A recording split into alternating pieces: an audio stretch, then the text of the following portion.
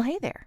You've stumbled upon the intersection of internet quandaries and psychological insight. Welcome to Veritas Views on AITA, where the quirks of the internet meet the expertise of Veritas Psychology Partners.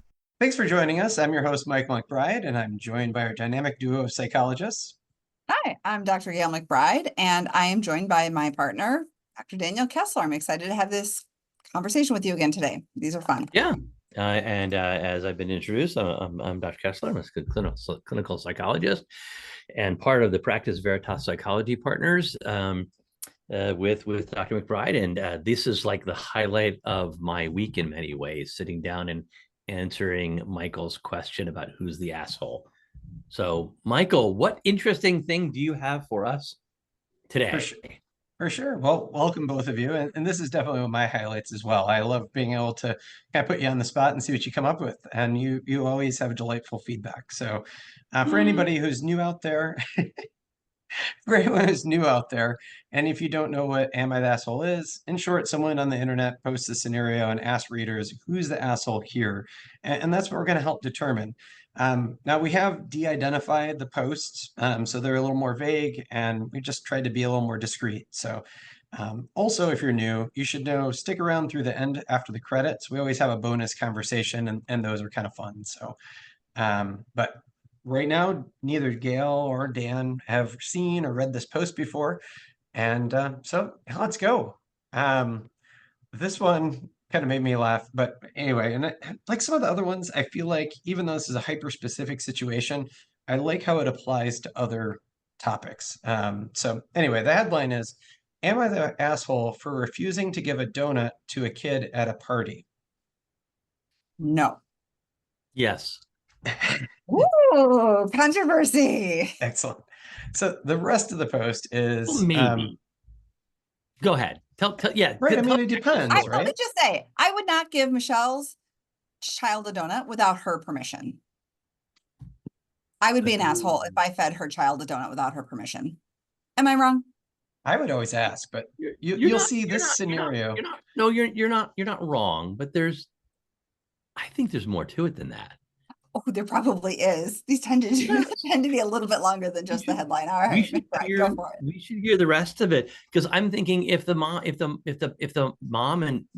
and or dad is okay with it, then yes, you are. Well, yeah, but we don't have that detail. We should probably get that detail. Let's hear the story. Michael, please take it away. Sure. So it says, I can't believe I'm posting this here, but here we are. I have a mixed group of friends, and some are saying I was wrong, so I decided to let you decide. My husband and I were invited to a birthday party. We asked if we could bring anything, and the host said not needed, but we could if we wanted to. Since I don't like showing up empty-handed, I thought it'd be nice to purchase some boutique donuts. Sorry, a little different than a bouquet. Boutique donuts from an artisanal donut shop near us. We got a bunch of donuts and one gluten-free donut for my husband who can't have gluten. Side note, no one at the party has any gluten issues. We know these people very well. We got to the party, set the donut down, and immediately this kid and his mom decide to come over because, in her words, these are the best donuts in town. Wow, thanks for bringing them. They're very appreciative. I open up the box, and immediately the kid throws his hands on the gluten-free one. I kindly say, sorry, I'm saving that for my husband. He can't have gluten. I pick the donut out and set it aside and proceed to tell him all the other wonderful flavors and options that he has available. Cookies and cream, Nutella, donuts galore. The kid immediately starts crying because he wants the one, and his mom starts ripping into me and yelling at me for not just giving him the donut. She proceeds to make a big scene about it. An argument ensues about how I wouldn't give him the gluten-free donut. So the question is, am I the asshole for holding back the gluten-free donut from the child? No. Episode over. No, okay. No, wow, this is really sticky. No pun intended, I guess, from the donut. But I have really sort of mixed thoughts here. I mean, one is this is a grown-ass man who doesn't probably need a donut. We could have come up with lots of other ways to handle this, the straight up no for the child. And yet I'm a big believer in children need to be told no sometimes. And as a parent, we help hold those lines. So I have lots of conflicted thoughts. You don't, Dan. You seem I'm not. very certain. Tell me about your I'm not conflicted at all. Well, let me ask you. I'm going to ask a question that no matter what you answer, it's not going to change my position, I don't think. But how old's the child here? We don't know. Do we know how old the child is, Michael? Sorry, I'm looking. I was reading through the comments. But I'm asking the question, but actually, I don't know that I care how old the child is, because I agree with what you're saying, Gayle. Kids, it's okay to say no to kids once in a while. It is, and in fact, they need to know. And if someone has a specific, even if it's the 2-year-old who's not going to grasp the reasoning for it, like if it's an my fault, it's it's a 2-year-old, I'm not going to understand, but still, like, we can say no. and I And think if there's something that was purchased for someone, an asshole when they give a no.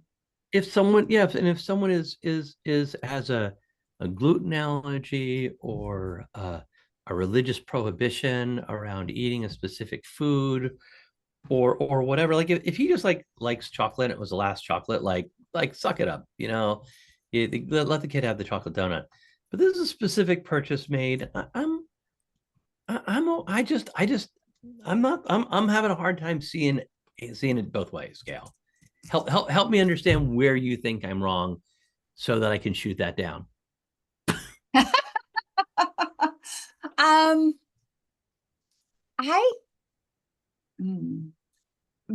Because we're adults, we have the ability to, well, most of us have the ability to inhibit our need to gratify immediately. Like, none of us needs a donut. So No, are we dying on the hill of a donut? Like, to some extent, I mean, what I'd love here is that this wife is holding firm on something that is a need for her husband, this gluten allergy. She's holding firm. I would, in my massaged facts of the world, the husband comes in and says, don't worry about it. Like, no big deal. And then she would maybe loosen up. I think if it were her donut, ideally, again, maybe she would be like, oh, okay. Because as adults, we don't need these donuts. So I don't love that we are holding on, like white knuckling onto this donut. It's a donut, people. Mm. And I know, I see what you're saying. Apparently the host is telling us the kid was 7. Yeah. Okay. So now that does actually shift me a little bit. How old's the kid? I'm sorry. 7. The host held up a sign and told us that the child was 7 years old. 7. And and I don't really, I really dislike how the parent of the 7-year-old addressed the issue. I mean, and she went bonkers along with the kid over, again, a donut. Nope, there are other choices. Could we split it? Like, there are so many other ways, but you don't call your friend out, especially it sounds like a close relationship. We know these people very well, is what the poster said. This seems overblown. Someone was hangry. Someone was absolutely hangry when this went down. I'm imagining like my wife and I typically eat a vegan diet, but I'm far more flexible with things. And if I don't like what's vegan, I'll just eat, eggs, dairy, whatever. But she's really specific about it. And if we went to a donut place and I bought a dozen donuts and had specifically bought a vegan donut for her, and maybe she didn't even necessarily want it because she's not a big donut fan, and a 7-year-old kid reached for it, I'd be like, you know what?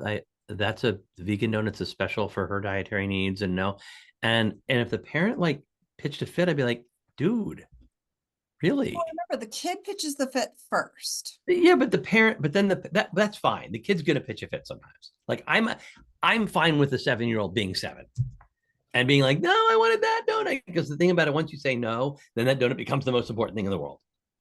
Absolutely. I have no problem with the 7-year-old pitching a fit at that point. I have a problem with the parent being upset. Like, if someone said to me, your 7-year-old can't have that donut, it's the gluten-free one or the vegan one, or the one without peanuts because they'll die, whatever. Even if it's a minor thing, not dying is minor, but even if it were a relatively minor thing, like he really likes strawberry cream filled, I bought that one especially for him, or her. I might even in that situation be like, that's okay. Like, even if there wasn't a good reason, like gluten allergy or peanut allergy or dietary constraint, I think it's okay to say no to a 7-year-old. Say you can't have that one. You can have any of these others. For any, I'm okay with almost any reason for that. Like I think I'm not okay here. I think you've definitely moved me. So you did say you were going to shoot it down. I appreciate that. Not that I wasn't open to hearing arguments, because you've moved me on some of these. Yeah. I mean, I would have liked to see the donut bringing poster, see some flexibility, but it is such a soft, like, if I can massage the facts, maybe. But the reality is, you're right. She had every right to say, this is the donut my husband selected, and maybe it's just the special cinnamon twist, something that he loves. Yeah. And it doesn't matter. This one is for, I'll call him Mike, right? This is for Mike. You can have your choice of any of the others. Wah, no. At that point, you're right. I think I would start holding that line just because now the 7-year-old needs someone to hold the line. Yeah, we can get caught up in whether or not it's because of the gluten sensitivity or not, but really I am okay with saying this was a special thing I got just for this person. Mm-hmm. And at age 7, that messaging is okay to send. And it sounds like at least her own description of her reaction was that it was a very gentle response. But I mean, we've been in social events together back when our kids were about that age. Mm-hmm. And I recall times, I can't recall exactly, where it's like, no, that's not for you, or that's not for now, or that's not for this, or not, no, you can't have that. And it's like, all right. Right. Well, and yeah. And it's okay. I'm thinking back, even just recently, got together with extended family, and I had an opportunity to tell my nieces and nephews no. And you know what? It went well. No, you cannot have the peach rings until you clean up the front yard. And you know what their answer was? Okay. Yeah. No is fine. No is fine, people. No one is going to get hurt. No. When we set some boundaries with kids, they need to be, obviously, that's overstated. That's hyperbole. Of course, no can hurt, but in this case, no harm was created in the no of the donut. In this case, no harm has occurred. And you're right. Husband didn't need, he's a grown-ass man. He doesn't need a donut.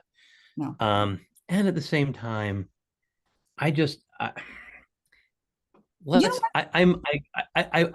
to be there, because some of these situations, almost like my thought was, who would react that way? Yeah. Like, I don't even understand the reaction. Like, maybe we're not getting the full story here, because I can't imagine a situation in which you said no to my 7-year-old when you were hosting a gathering. And even if it was about something that I thought was not a big deal, like you decided that the cherries were only for the adults. They were, $8 a pound. Hopefully you didn't buy $8 a pound. And you wanted them special for the adults to have a couple of them after their meal, because you've spent, and you rather not the kids, like, or whatever reason. And you had said no, I would have been like, I think but even if I thought you should have, I'd been like, all right, that's her gig. Like, I'm having trouble finding the scenario that gets me mad here. Yeah. I just realized something as you were saying this. Yes, the husband doesn't need the donut, but if he's gluten-free, it may mean that he's not having the birthday cake. So this may be the only sweet treat he gets at the party. So now I'm even more in the camp of like, no, hands off the donut, man. Oh yeah, if he's gluten-free, he can't have that cake, because the cake isn't gluten-free. And if it is, it probably isn't. And that kid is going to have cake and donuts and we need to tell that kid no. And that parent needed to have lent their parenting power to the poster. No, I really have been shifted. Thank you, Dan.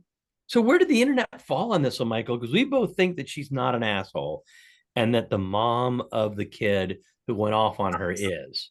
I would say she sucks. I don't know that I'm going to call her an asshole, because I feel like I don't have enough.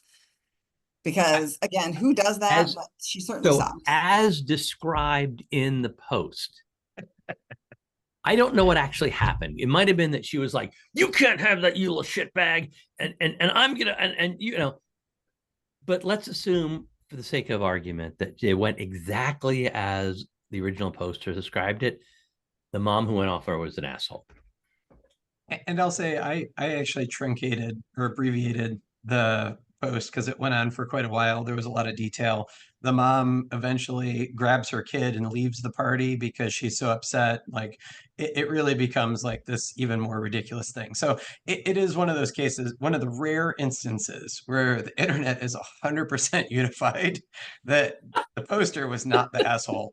There were a couple interesting things that came up. I mean, one of the things that the mom of the 7-year-old says is, he's just a kid.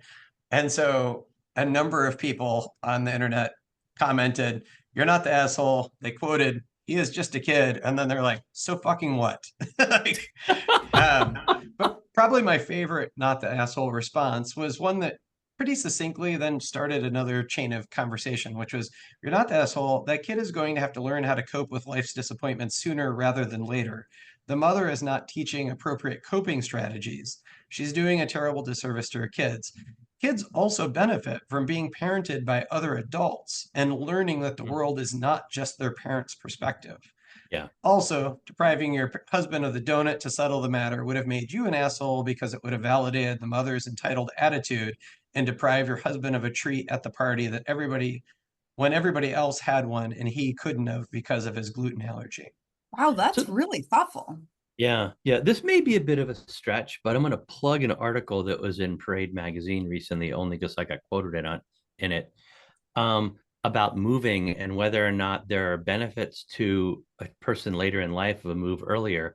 And we all agree that like moving is like difficult and challenging and creates hardship. And there's other research that says it increases the risk of depression.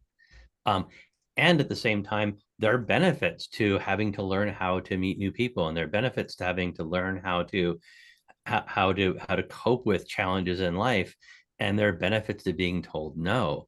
I think about the Alexander books by Judith Viorst, which my colleague Dr. MacBride and I both love, because they don't have happy endings, and sometimes you have a really terrible, awful, no good, very bad day, and that just happens. And so kids need to get no's. Kids need to have to, not that we want to put our kids through intentional hardship, not that we want to cause our kids pain or hurt or trauma ever.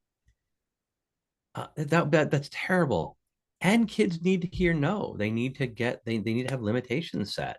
No, is a natural I'm babbling consequence too of long, moving Gail. through the Please world. take over.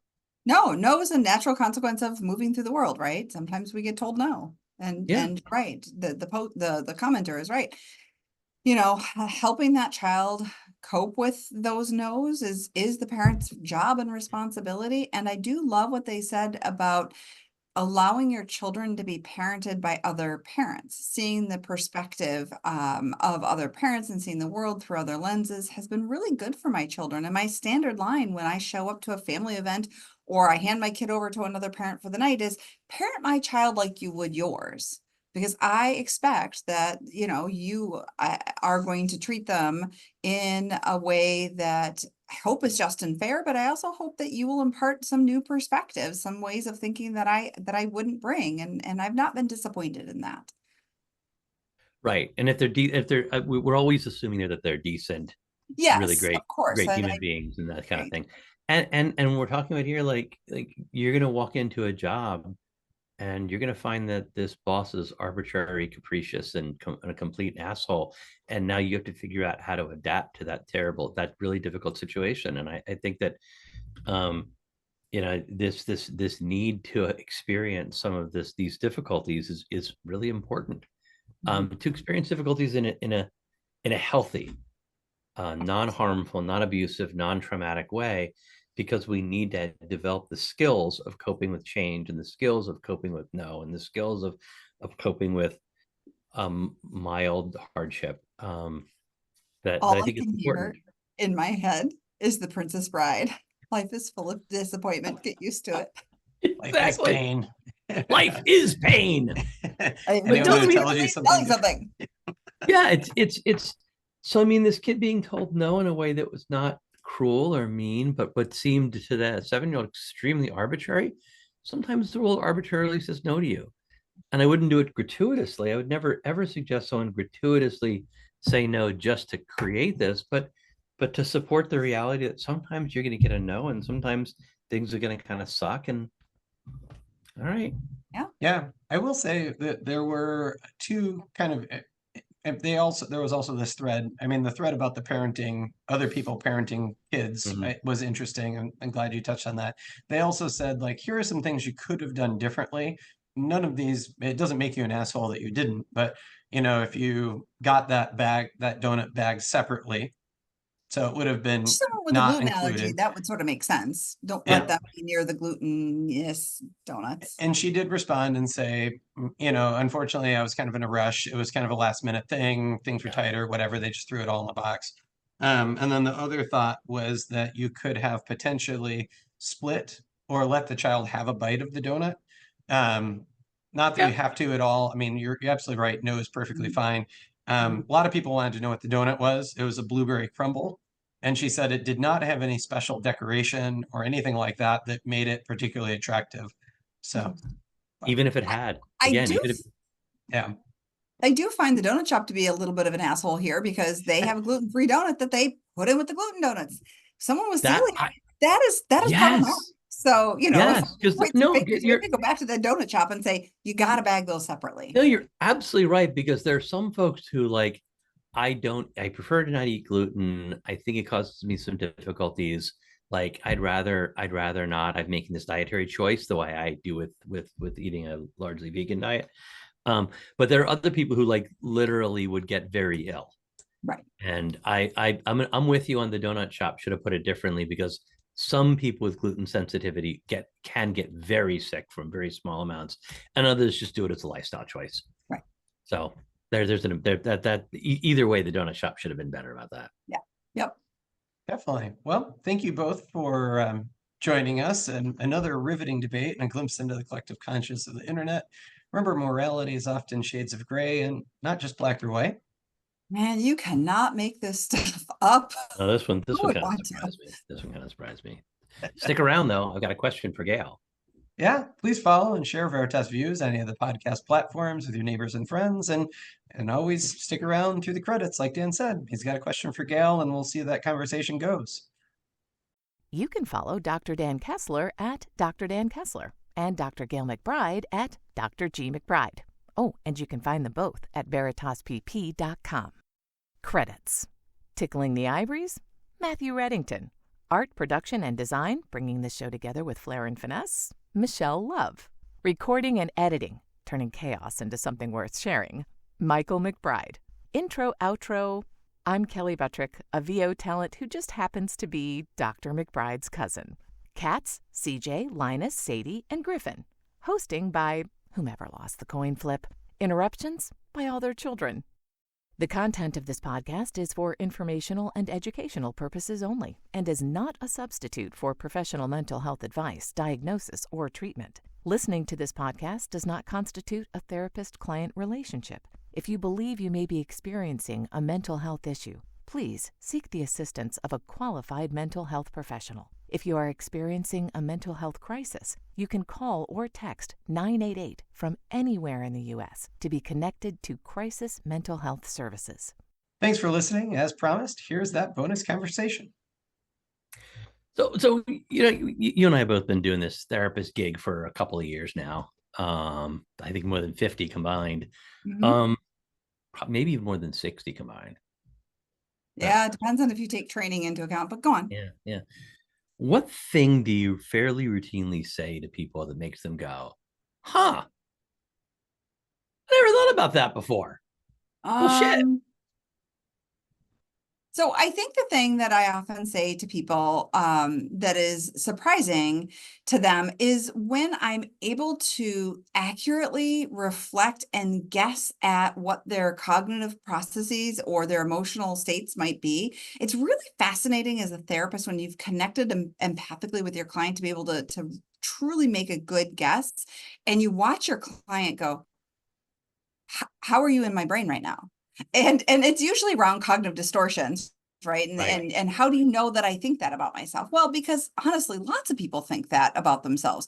We look like, I think sometimes we look like magicians or some sort of trick up our sleeves to know this. But the reality is the trick is experience. You and I, as you said, have been doing this for over a combination of 50 years. And the story and the narratives in people's heads are largely the same. We're not as different as we think we are. We're more similar. And honestly, that's, I think, validating and comforting to the clients we work with.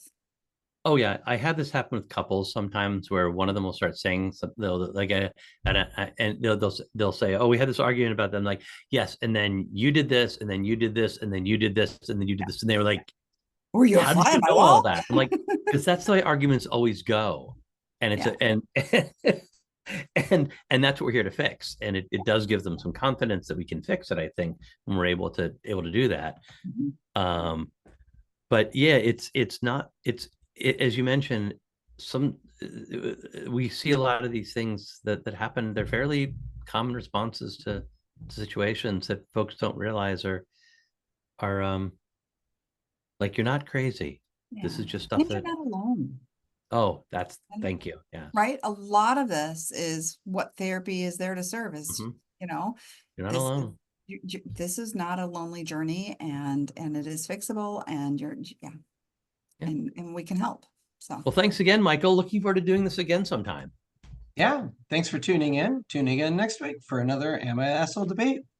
We love hearing from you, so please review us on Apple, Spotify, or, well, wherever you're listening. If you enjoyed this podcast, please review, like, and follow. Also, give it a share. This helps us reach more listeners.